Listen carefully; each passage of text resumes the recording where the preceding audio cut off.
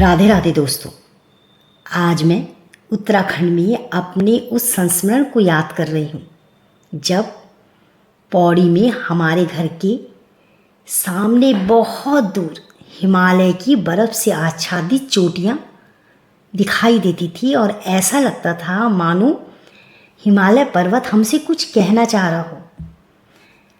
तब मैं बहुत बड़ी नहीं थी, पर हाँ अक्सर देखती थी, खड़ी होकर सोचती थी कि हिमालय पर्वत में भगवान शिव कहाँ रहते होंगे। घंटों निहारती थी मैं बर्फ़ की चोटियों को, और सचमुच बताऊं, कई बार मुझे ऐसा लगता था भगवान शिव ध्यान में लीन है। मुझे हल्की सी आकृति भी दिखाई देती थी। हो सकता है शायद वो मेरी कल्पना रही होगी, क्योंकि मैंने इस बारे में कभी समझा ही नहीं था और ना समझने की कोशिश की थी। पर अब मैं बड़ी हुई तो मैंने ध्यान दिया कि भगवान शिव का तो हिमालय पर्वत से सचमुच में गहरा संबंध है, और कहीं ना कहीं वो मेरी कल्पना हकीकत तो नहीं थी। कहते हैं ना, समय के साथ काफ़ी तजुर्बे होते हैं, काफ़ी ज्ञान बढ़ता है। कहीं सचमुच में भोले बाबा तो नहीं, क्योंकि पता चला कि भगवान शिव और हिमालय का तो गहरा संबंध है। इसीलिए हिमालय को पुत्र भी कहा जाता है, क्योंकि उनकी पत्नी पार्वती हिमालय के राजा हिमवान की पुत्री है, और यही संबंध भगवान शिव को हिमालय के साथ जोड़ता है। कहते हैं कि कैलाश पर्वत जो हिमालय का ही एक हिस्सा है, वो भगवान शिव का निवास स्थान है। भगवान शिव हिमालय में एकांत वातावरण के कारण तपस्या और ध्यान में लीन रहते हैं। भगवान शिव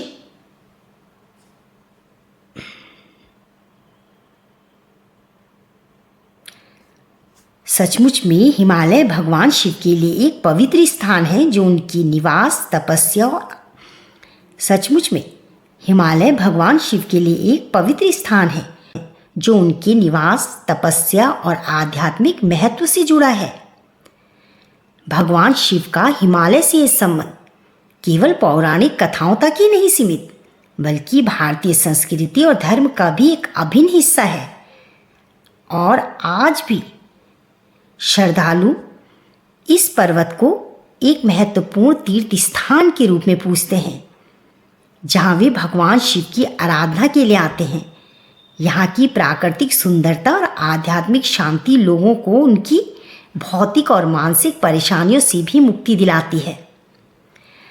कई भक्त हिमालय की यात्रा को अपने जीवन का लक्ष्य मानते हैं, क्योंकि उन्हें लगता है कि ये तो वही पवित्र स्थान है जहाँ भगवान शिव निवास करते हैं, और भगवान शिव के दर्शन से उनके समस्त पापों का नाश हो जाएगा और उन्हें मोक्ष की प्राप्ति हो जाएगी। हिमालय की ठंडी हवाओं में भगवान शिव की महिमा और उनकी उपस्थिति को महसूस किया जाता है। सचमुच में हिमालय पर्वत कई रहस्यों को समेटे हुए है। हिमालय पर्वत को देखकर कई विचार मन में आते हैं। अक्सर ऐसा लगता है कि हिमालय पर्वत ही वही स्थान है जहाँ पर सभी देवी देवताएं ध्यान में लीन हो जाते हैं।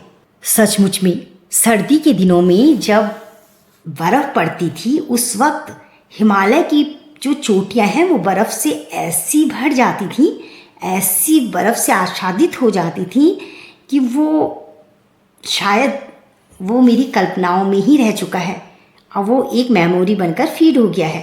पर कभी मैं अकेले होती हूँ और ध्यान में रहती हूँ, और विशेषकर सावन के महीने में वो दृश्य मुझे बहुत ज़रूर याद आता है।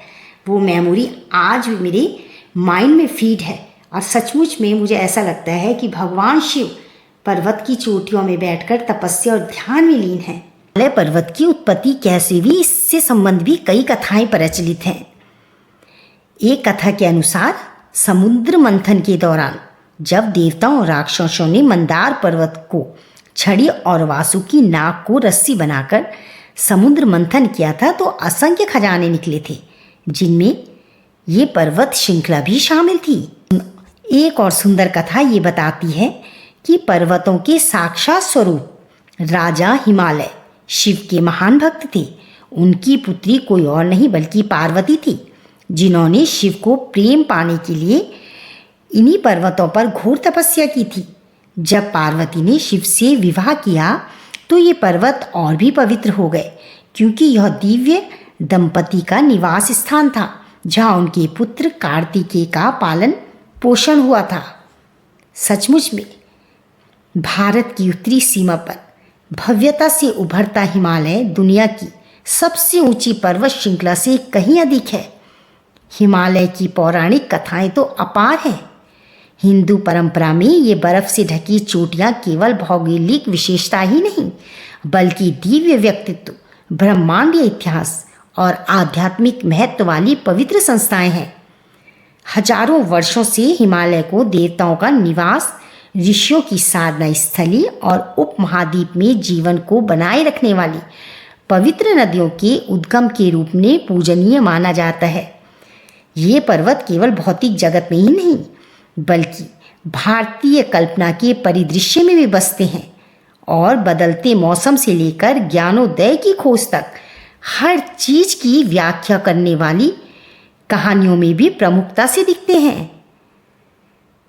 भगवान शिव बहुत भोले हैं और सावन के महीने में जब हम उनका ध्यान करते हैं और विशेषकर अपनी कल्पना में हम अगर हिमालय पर्वत को सामने रखकर भगवान शिव को अपनी कल्पना में रखकर ध्यान में बैठते हैं और मंत्रों का उच्चारण करते हैं, तब भोले बाबा शीघ्र ही कृपा देते हैं। बोलो ओम नमः शिवाय, ओम नमः शिवाय। राधे राधे राधे।